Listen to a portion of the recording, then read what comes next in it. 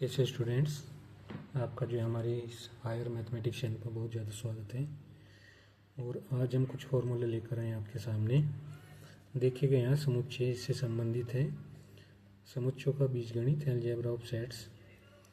सबसे पहले इसमें वर्ग सम नियम है, ठीक है। आइडेम्पोर्टेंट लॉज है। A union A equal to A आएगा। अगर ए इंटरसेक्शन ए कर दें तो ए ही आएगा, ठीक है। दूसरा जो नियम है इसमें क्रमविधि में कम्यूटेटिविटी लॉज है। A union B equal to B union A, ठीक है। दोनों चीज़ आपस में बराबर होगी। अगर ए इंटरसेक्शन बी कर दें तो वो किसके बराबर होगा? बी इंटरसेक्शन ए के। ये क्रमविधि में नियम है। इसी तरह जो तीसरा नियम है वो साहचर्य नियम का होगा। ये यूपी टीजीटी पीजीटी में पूछे जाते हैं। ए यूनियन बी, ठीक है, एक ब्रैकेट में union C equal to A union bracket में बी यूनियन सी। इसी तरह अगर ए इंटरसेक्शन बी कर दें एक ब्रैकेट के अंदर, इंटरसेक्शन सी होगा इक्वल टू, ये बाहर आ जाएगा तो A intersection B intersection C के बराबर हो जाएगा, ठीक है। ये साहचर्य नियम है, एसोसिएटिविटी लॉज जिसको बोलते हैं। फोर्थ नंबर पे इसमें तत्समक नियम है, आइडेंटिटीज लॉज होगा। ए इंटरसेक्शन यूनियन, ठीक है, यूनिवर्सल जिसको बोलते हैं। अगर दोनों का हम जो इंटरसेक्शन करें तो ए सेट मिल जाएगा हमको। फिर इसके अंदर दूसरा है A union phi equal to A आ जाएगा इसके अंदर। ये मोस्ट इम्पोर्टेंट है और पूछे जाते हैं ये जरूर, ठीक है। देखिए आपको करा रहे हैं, ये यहाँ पे वितरण नियम है, वितरण नियम, ठीक है। इसमें ए यूनियन ब्रैकेट के अंदर बी इंटरसेक्शन सी है। इसमें क्या होगा कि ए यूनियन बी, ये बन जाएगा ए यूनियन बी। ये निशान जो का तो रहेगा इंटरसेक्शन वाला। और फिर ए यूनियन सी हो जाएगा, ये आ गया यहाँ पे। तो A intersection B union C है तो ए इंटरसेक्शन बी ये आ जाएगा। फिर ये यूनियन का निशान जो का तो रहेगा, ए इंटरसेक्शन सी हो जाएगा यहाँ पे, ठीक है।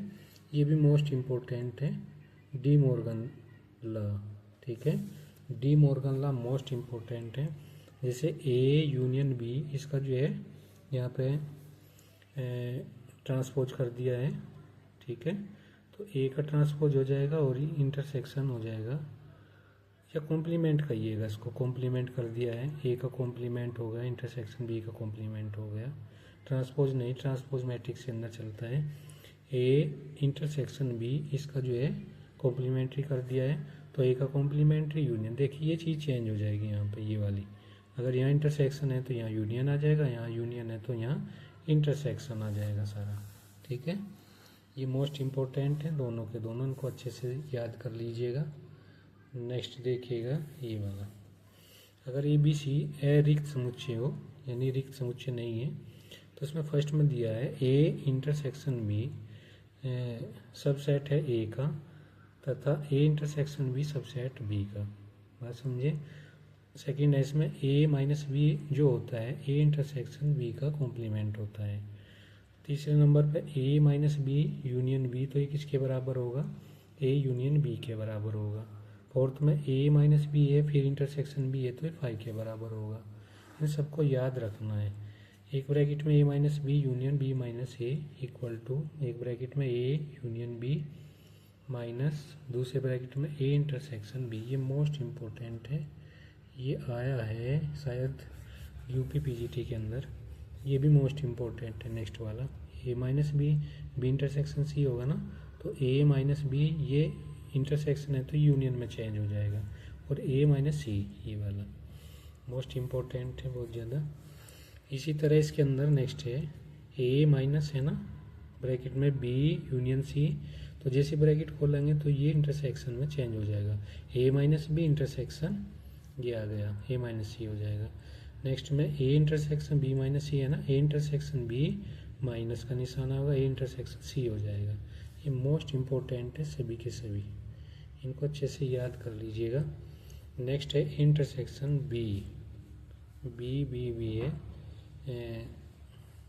सिमेट्रिक सी है, उसको क्या लिखेंगे? ए इंटरसेक्शन बी, और सिमेट्रिक आ जाएगा यहाँ पे। फिर दूसरे ब्रैकेट में ए इंटरसेक्शन सी हो जाएगा। ठीक है, इसी तरह ये छोटे छोटे फॉर्मूले और भी हैं। ये देखिएगा, ए बी सी अगर कोई तीन परिमित समुच्चय हो तो n A union B equal to n A plus n B minus n A intersection B. अगर यहाँ यूनियन है तो यहाँ इंटरसेक्शन होगा। ठीक है, अगर यहाँ इंटरसेक्शन है तो यहाँ पर यूनियन होगा। ये भी मोस्ट इम्पोर्टेंट है, सभी के सभी फॉर्मूले, इनको अच्छे से देख लीजिएगा आप। ठीक है, n number of A minus B है ना, equal to number of A minus number of A intersection B हो जाएगा। अब ये जो थर्ड है इसमें number of A union B union C equal to number of A plus number of B plus number of C minus number of A intersection B minus number of B intersection C minus number of C intersection A plus number of A intersection B intersection C, ये आ जाएगा। अब यहाँ क्या आ जाएगा, number of A का complementary union B का कॉम्प्लीमेंट्री, तो एन यूनिवर्सल सेट है minus n number of universal set minus number of A intersection B. इसी तरह ये होगा एन नंबर ऑफ ए का कॉम्प्लीमेंट इंटरसेक्शन बी का कॉम्प्लीमेंट बराबर इक्वल टू में number of union minus number of A union B आ जाएगा। यूनिवर्सल सेट कह सकते हैं। यूनिवर्सल सेट वो सेट होता है जिसमें सभी एलिमेंट मिलते हैं। ठीक है, तो उसको याद रखिएगा। चलते हैं नेक्स्ट पे, वही चीज़ करा रहे हैं जो मोस्ट इम्पोर्टेंट है इसके अंदर।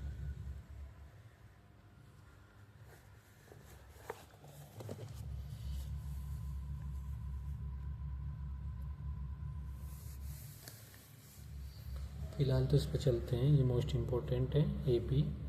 एपी के कुछ फॉर्मूले हैं इसमें। यदि किसी समाज श्रेणी का पहला पद ए और सार्वंतर डी हो तो इसका जो एनवा पद होगा T n equal to A plus n minus one into D होगा ना।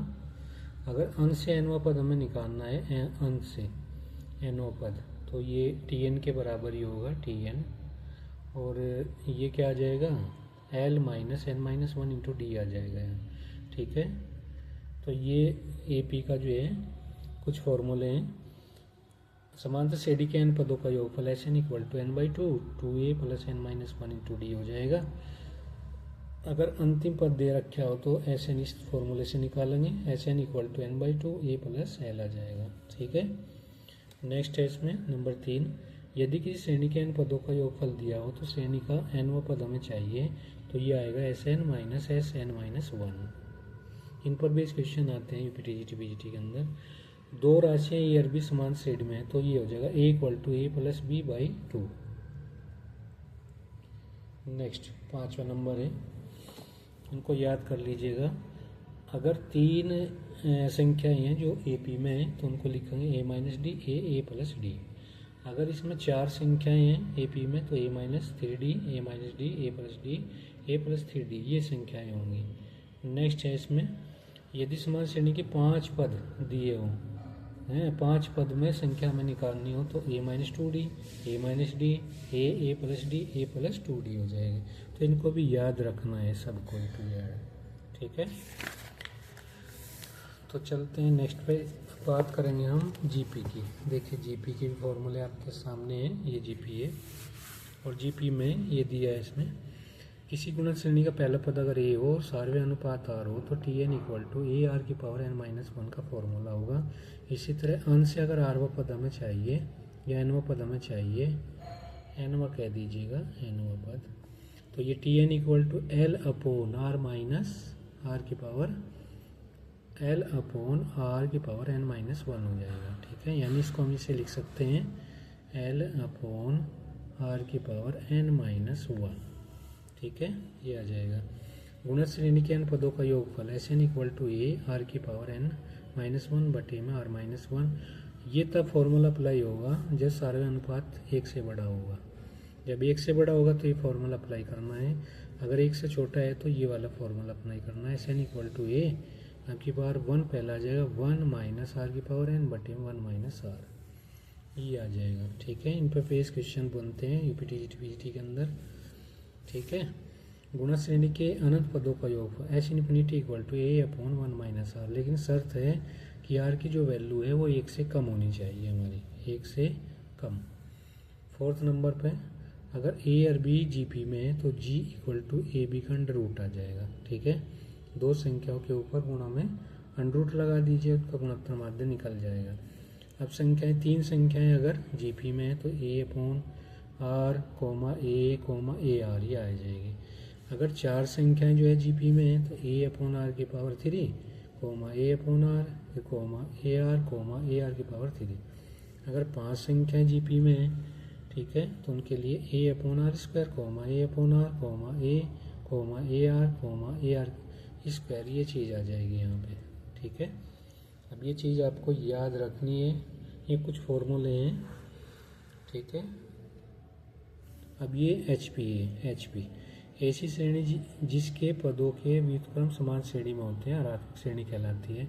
यानी ये जो श्रेणी होती है ये समांतर श्रेणी की उल्टी होती है, एकदम इनवर्स। दूसरे में यदि a b c H P में है तो a by c equal to a minus b बटे बी माइनस सी के बराबर हो जाएगा। सही है ना, ये फॉर्मूले हैं तो याद कर लीजिएगा। चलिए इस तरह मोड़ना पड़ेगा इसको, ये यहाँ आ जाइए। ये देखिएगा तीसरे नंबर पे ए और बी एच पी में है तो एच इक्वल टू 2ab और बटे ए प्लस बी हो जाएगा। ठीक है, ये वाला। फोर्थ में अगर देखिए, अगर हमारे पास ए है यानी समांतर श्रेणी है और हमारे पास जी है, गुणोत्तर है और हरात्मक है, तो इसके अंदर जो जी स्क्वायर होगा यानी जी स्क्वायर किसके बराबर होगा, ए एच के होगा।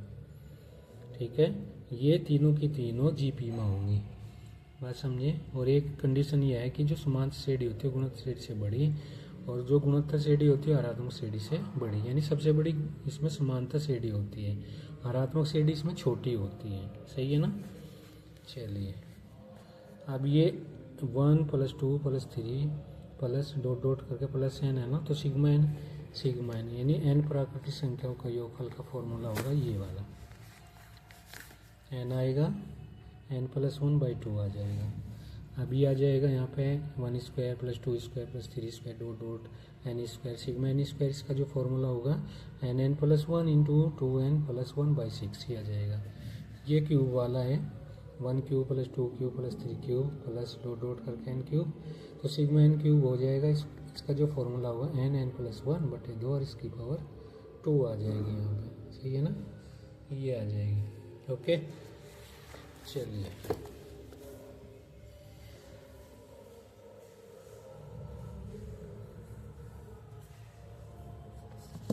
एक मिनट रुकिएगा। अब ये फॉर्मूले देखिएगा 90 नंबर वाले, ये वाले ये फॉर्मूले ज़रूर पूछे जाते हैं यूपी टीजीटी पीजीटी के अंदर, मोस्ट इम्पोर्टेंट है, इनको पहले देख लीजिएगा। ठीक है, इसमें क्या दिया है इसको देखिए, 1 + x⁻−1 है ना, तो इसको लिखेंगे बराबर 1 - x plus x² -x⁻³ plus dot dot करके -1 की पावर r और इंटू x⁻r। बात समझे, यही क्वेश्चन ये आया हुआ है ये वाला यूपी टीजीटी पीजीटी के अंदर, ये वाला 1 + x⁻² है ना, इसको लिखेंगे 1 - 2x plus 3x² dot dot करके इन्फिनिटी तक भी हम लिख सकते हैं। तीसरे नंबर पर क्या है 1 - x⁻−1 है, तो 1 + x plus x² plus dot dot करके आर भी टर्म्स हम लिख सकते हैं इसमें, x⁻r छोड़िए इसको, बस डॉट डॉट करके इन्फिनिटी तक पहुंचा दीजिए। 1 - x⁻² है ना, 1 + 2x plus 3x² dot dot करके इन्फिनिटी तक इसको पहुंचा दीजिएगा। बात समझे, ये मोस्ट इम्पोर्टेंट हैं ये वाले, इनको अच्छे से याद कर लीजिएगा। ठीक है, अब छोटी वीडियो बनाएंगे, इससे नेक्स्ट वीडियो में हम लेकर आएंगे और भी फॉर्मूले। बात समझिए, तो बस इस वीडियो में हम इतना ही रखते हैं। देखिए मेरे चैनल को ज़रूर सब्सक्राइब कर लीजिएगा, अगर अच्छा लगे तो कर लीजिएगा, नहीं अच्छा लगे तो रहने दीजिएगा। ठीक है, और ये सब जो है यूपी टीजीटी पीजीटी के लिए हैं, फॉर्मूले हैं। बाकी हम बहुत कुछ लेकर आने वाले हैं क्योंकि नज़दीक आने वाला है एग्ज़ाम। बात समझे, समझ गए होंगे, समझदार हो सब।